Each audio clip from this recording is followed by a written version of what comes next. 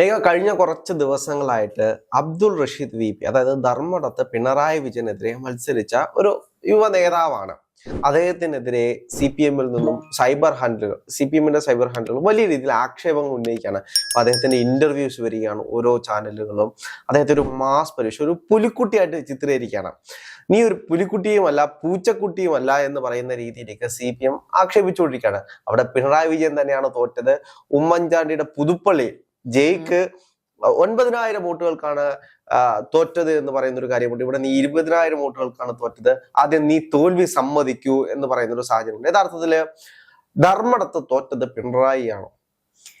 ഒരു കാര്യമുണ്ട് രാഹുലെ, ധർമ്മടത്ത് പിണറായി ഇതിലും ഭേദം തോക്കുന്നതായിരുന്നു നല്ലത്. ഈ അബ്ദുൾ റഷീദ് വി പി എന്ന് പറയുന്ന വ്യക്തി, അദ്ദേഹം ഈ തോൽവിക്ക് ശേഷം, ഈ ഇലക്ഷൻ റിസൾട്ടിന് ശേഷം അദ്ദേഹം മാധ്യമങ്ങളോട് സംസാരിക്കുമ്പോൾ പറയുന്ന ഒരു കാര്യമുണ്ട്. ഞാൻ എല്ലാ നേതാക്കളോടും പറഞ്ഞു, നിങ്ങൾ ഒന്ന് വന്ന് ധർമ്മടത്ത് പ്രചാരണം നടത്തണം, നമ്മൾ ജയിക്കും, നിങ്ങൾ ഒന്ന് വരണം. എന്റെ പ്രിയപ്പെട്ട സുഹൃത്തായ ഷാഫി പറമ്പിലിനോട് ഞാൻ പറഞ്ഞു, ഷാഫി നീ വരണം, ഇവിടെ വന്നൊരു പ്രചാരണം നടത്തണം.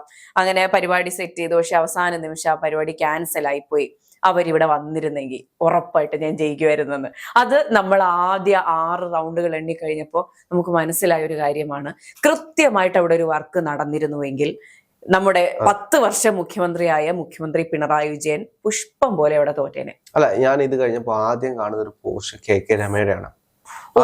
കൗണ്ട് ചെയ്തുകൊണ്ടിരിക്കുമ്പോ ഓർക്കുമ്പോ രോമാഞ്ചം. 6 റൗണ്ട് ഇത് മതി. പിണറായി വിജയൻ എന്ന് പറയുന്ന ഏകാധിപതിക്ക് ഏറ്റവും വലിയ അടിയാണ് എന്ന് പറഞ്ഞുകൊണ്ട് KK രമ നട്ടുച്ച വെയിലത്ത് നഗ്നനായി നിൽക്കുന്ന അവസ്ഥ എന്നൊക്കെ പറഞ്ഞൊരു പോസ്റ്റ് ഉണ്ട്.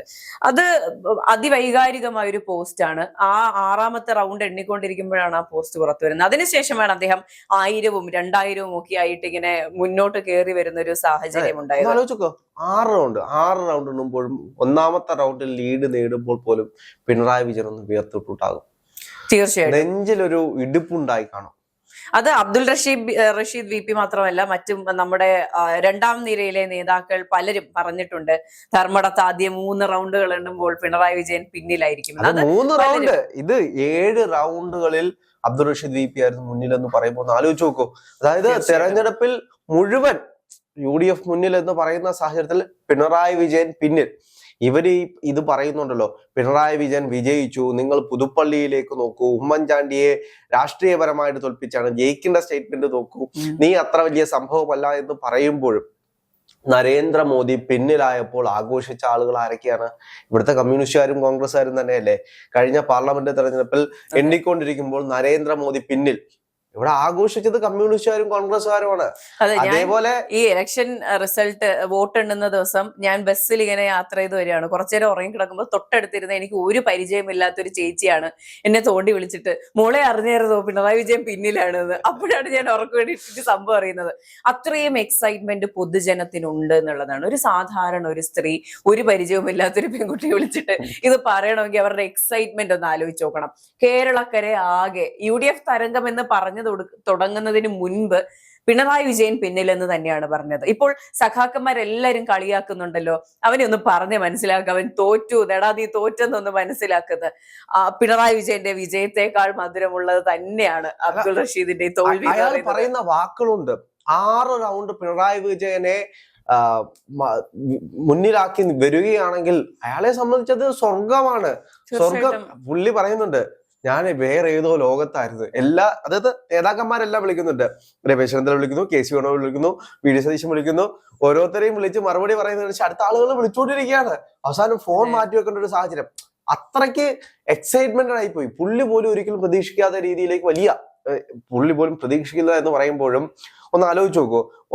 കഴിഞ്ഞ 2021 തെരഞ്ഞെടുപ്പിൽ തളിപ്പറമ്പിൽ കൃത്യമായിട്ട് നിന്ന് വലിയ രീതിയിൽ ഭൂരിപക്ഷം കുറച്ചൊരാളാണ് ഈ അബ്ദുൾ റഷീദ് വി പി എന്ന് പറയുന്നത്. ഇത്തവണ തളിപ്പറമ്പിന് വേണ്ടിയിട്ട് അവിടെ തന്നെ കൃത്യമായിട്ട് വർക്ക് എടുത്തു പോകുന്ന ഒരാൾക്ക് പാർട്ടി ഒരു ദിവസം കൊണ്ട് പറയുകയാണ്, നീ ഇവിടെ നിന്നും മാറണം, ധർമ്മടത്തേക്ക് പോകണം. ഒറ്റ രാത്രി അദ്ദേഹം 5 വർഷമായിട്ട് അതായത് തോറ്റതിനു ശേഷവും 5 വർഷം വർക്ക് ചെയ്തിരുന്ന ഒരു സ്ഥലത്ത് നിന്ന് മാറാൻ പറയുമ്പോൾ അയാൾക്കുണ്ടാകാൻ പോകുന്ന ഒരു ബുദ്ധിമുട്ട് എന്താണ് എന്ന് നമുക്ക് മനസ്സിലാവും. പാർട്ടിയോട് ഒന്നും പറയാതെ ധർമ്മടത്തേക്ക് പോകുന്നു. ധർമ്മടത്ത് കുറച്ച് ദിവസങ്ങൾ മാത്രമേ കിട്ടുള്ളൂ. ഏകദേശം ഒരു 20 ദിവസം കൊണ്ട് പിണറായി വിജയനെതിരെ ഇത്രയും വലിയൊരു തരംഗം ഉണ്ടാക്കാൻ കഴിയുന്നുണ്ടെങ്കിൽ അദ്ദേഹത്തിന്റെ കഴിഞ്ഞ ദിവസം ഒരു ഇന്റർവ്യൂവിൽ ഞാൻ കണ്ടു, ഷാഫി പറമ്പിലെങ്ങാനുമായിരുന്നു വന്നിരുന്നെങ്കിൽ. സത്യം, അതിലേക്കായിരുന്നു വരുന്നത്. ഒന്ന് ആലോചിച്ചു, ഈ സഖാക്കന്മാര് കളിയാക്കുന്നുണ്ടല്ലോ, ഷാഫി പറമ്പിലോ കെ സുധാകരനോ വി ഡി സതീശനോ അവിടെ ഒന്ന് മത്സരിക്കാത്തത് നിങ്ങളുടെയൊക്കെ ഭാഗ്യമായി നിങ്ങൾ കണക്കാക്കിക്കോളൂ. 2026 നിയമസഭാ തെരഞ്ഞെടുപ്പിൽ ഇടതുപക്ഷത്തിന്റെ ഏറ്റവും വലിയ ക്യാമ്പയിൻ എന്ന് പറയുന്നത് വികസനമായിരുന്നു. ഈ മുക്കിന് ഫ്ലെക്സുകൾ വെച്ചപ്പോൾ അതിലെല്ലാം ഉണ്ടായിരുന്ന ഫേസ് എന്ന് പറയുന്നത് പിണറായി വിജയന്റേതായിരുന്നു. അദ്ദേഹത്തെ തറപറ്റിക്കാൻ സാധിക്കുക എന്ന് പറഞ്ഞാൽ ചെറിയ കാര്യമല്ല. അത് അബ്ദുൾ റഷീദ് VP ഇത്തരം ഒരു 6 റൗണ്ട് മാത്രമേ വിയർപ്പിച്ചിട്ടുള്ളൂ. പക്ഷെ ഷാഫി പറമ്പിലായിരുന്നുവെങ്കിൽ തീ പാറുന്നല്ല, കത്തും. അവസാനം വരെ ഷാഫി പറമ്പിൽ മുന്നിൽ എന്നുള്ള വാർത്ത കാണേണ്ടി വന്നതിനെ പിണറായി വിജയൻ എന്ന് പറയുന്ന മൂത്ത സഖാവ് കുറച്ചുകൂടി ഒന്ന് വേർക്കേണ്ട ഒരു സാഹചര്യം ഉണ്ടായത്. അപ്പൊ മൂത്ത സഖാവ് എന്ന് വിളിക്കുന്ന വേറെ ഒന്നും കൊണ്ടല്ല, ഈ പാർട്ടിയിൽ ഏറ്റവും കൂടുതലും ശക്തനായിട്ടുള്ള, കൃത്യമായിട്ട് നേതൃത്വം കൈകാര്യം ചെയ്യുന്ന, തന്നെ എതിർക്കുന്ന എല്ലാവരെയും വെട്ടിമാറ്റി കൃത്യമായിട്ട് ഉയർന്നു വന്നിട്ടുള്ളതാണ് പിണറായി വിജയൻ എന്ന് പറയുന്നത്. എല്ലാ തീരുമാനങ്ങളും സ്വന്തമായി എടുക്കുന്ന ഒരു നേതാവായിരുന്നു. ധർമ്മടത്ത് മത്സരിക്കുന്നത് പോലും അദ്ദേഹത്തിന്റെ സ്വന്തം തീരുമാനത്തിലാണ്. കഴിഞ്ഞ തവണ ഏകദേശം 97,000 വോട്ട് കിട്ടിയ ഒരാളാണ്. ഇത്തവണ 1 ലക്ഷം നേടുമെന്ന് പറഞ്ഞെടുത്താണ് പിണറായി വിജയനെ പോലെ ഒരാൾ. 20,000 വോട്ട് ഒന്ന് ആലോചിച്ച് നോക്കൂ. അതും 6 റൗണ്ട് പിണറായി വിജയൻ പിന്നിലാണ് എങ്കിൽ ആ സീൻ ഒന്ന് ആലോചിച്ചു. ഇങ്ങനെ ടിവിയുടെ ഫ്രണ്ടിൽ ദൈവമേ തോക്കുവോ എന്ന് ആലോചിച്ചിരിക്കുന്ന ഞാൻ മനസ്സിൽ കരുതിയ മറ്റൊരു കാര്യം, ആ ഷാഫി പറമ്പിലെങ്ങാനും ഒന്ന് മത്സരിച്ചായിരുന്നെങ്കിൽ ഇപ്പോ അന്ന് കണ്ട 2,000-3,000 വോട്ടിന്റെ ലീഡാണെങ്കിൽ അതൊരു 10,000-10,000 വോട്ടിന്റെ ലീഡായിട്ട് മാറിയേനെ. ഓരോ റൗണ്ട് എണ്ണുമ്പോഴും ഇങ്ങനെ ലീഡ് കൂടി അതൊരു വിജയത്തിലേക്ക് എത്തുന്നുള്ള കാര്യത്തിൽ ഒരു സംശയമില്ല. അദ്ദേഹം പറയുന്ന മറ്റൊരു കാര്യമുണ്ട്, അദ്ദേഹത്തിന് കൃത്യമായിട്ട് അറിയാമായിരുന്നു ആ മണ്ഡലങ്ങൾ കഴിഞ്ഞാൽ പിന്നീട് എണ്ണാൻ പോകുന്നത് ധർമ്മടവും പിണറായിയും അതേപോലുള്ള സ്ഥലങ്ങളാണ്. പിണറായി വിജയൻ അല്ലെങ്കിൽ CPM-ന്റെ ഏറ്റവും വലിയ കോട്ടകളാണ് ഇതെല്ലാം. പക്ഷെ അവിടെ പോലും ഭൂരിപക്ഷത്തിൽ കുറവുണ്ടായിട്ടുണ്ട്. അതെ, വലിയ ഭൂരിപക്ഷത്തിൽ കുറവുണ്ടായിട്ടുണ്ട്. അത് പിണറായി വിജയൻ എന്ന് പറയുന്ന മുഖ്യമന്ത്രിക്കേറ്റ അടിയാണ്, ഈ LDF സർക്കാരിനേറ്റ അടിയാണ്. അതുപോലെ രാഹുൽ, മറ്റൊരു കാര്യം, ആ ചെറുക്കനെ ഒന്ന് പറഞ്ഞ് മനസ്സിലാക്കുക. തോറ്റു എന്ന് പറയുന്ന സഖാക്കൾക്ക് നാണമുണ്ടോ? അതല്ലോ, നാണമുണ്ടോ? 35 സീറ്റ് ഒഴികെ ബാക്കി എല്ലാ സീറ്റും തോറ്റു എന്ന് ഇവരെ ആരാണ് പറഞ്ഞ് മനസ്സിലാക്കാൻ പോകുന്നത്? ഇവരിപ്പോഴും പുതുപ്പള്ളിയെ പിടിച്ചിരിക്കുകയാണ്. പുതുപ്പള്ളിയില് ജയിക്ക് ഉമ്മൻചാണ്ടിയെ സംബന്ധിച്ച് ഉമ്മൻചാണ്ടി എത്ര വർഷം അവസാന ടൈമിൽ മത്സരിക്കുമ്പോൾ പോലും ഉമ്മൻചാണ്ടിക്ക് കട്ടിലേ എണ്ണിക്കാൻ വയ്യാത്തൊരു സാഹചര്യമാണ്.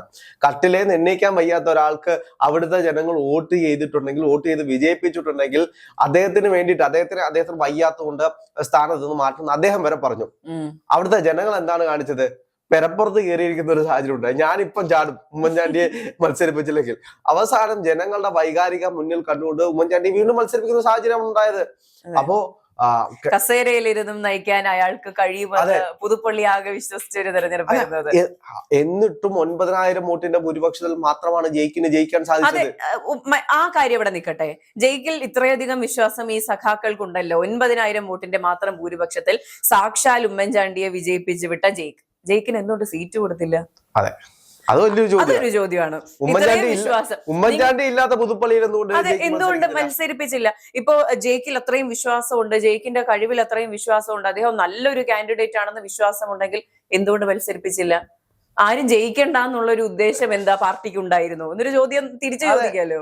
എന്താണെങ്കിലും ഈ അദ്ദേഹത്തിനെ ട്രോളുന്ന ആളുകളൊന്നും മനസ്സിലാക്കണം, അദ്ദേഹം തോൽപ്പിച്ചത് നിങ്ങളുടെയൊക്കെ ക്യാപ്റ്റനെയാണ്. ഈ കപ്പൽ ആടി ഉലയുകയില്ല സാറ് എന്ന് പറഞ്ഞിട്ടുള്ള കപ്പൽ തന്നെ കാണാനില്ല. അതെ, ഇപ്പോ ഒരു കാര്യം ചെയ്യൂ, ഈ 105 സീറ്റുകളിൽ നിങ്ങൾ എങ്ങനെയാണ് തോറ്റതെന്ന് നിങ്ങൾ പഠിച്ചതിന് ശേഷം ഒരു ക്ലാസ് വെച്ച് അബ്ദുൾ റഷീദ് VPയെ പഠിപ്പിക്കാം തോൽവി എന്താണെന്ന്.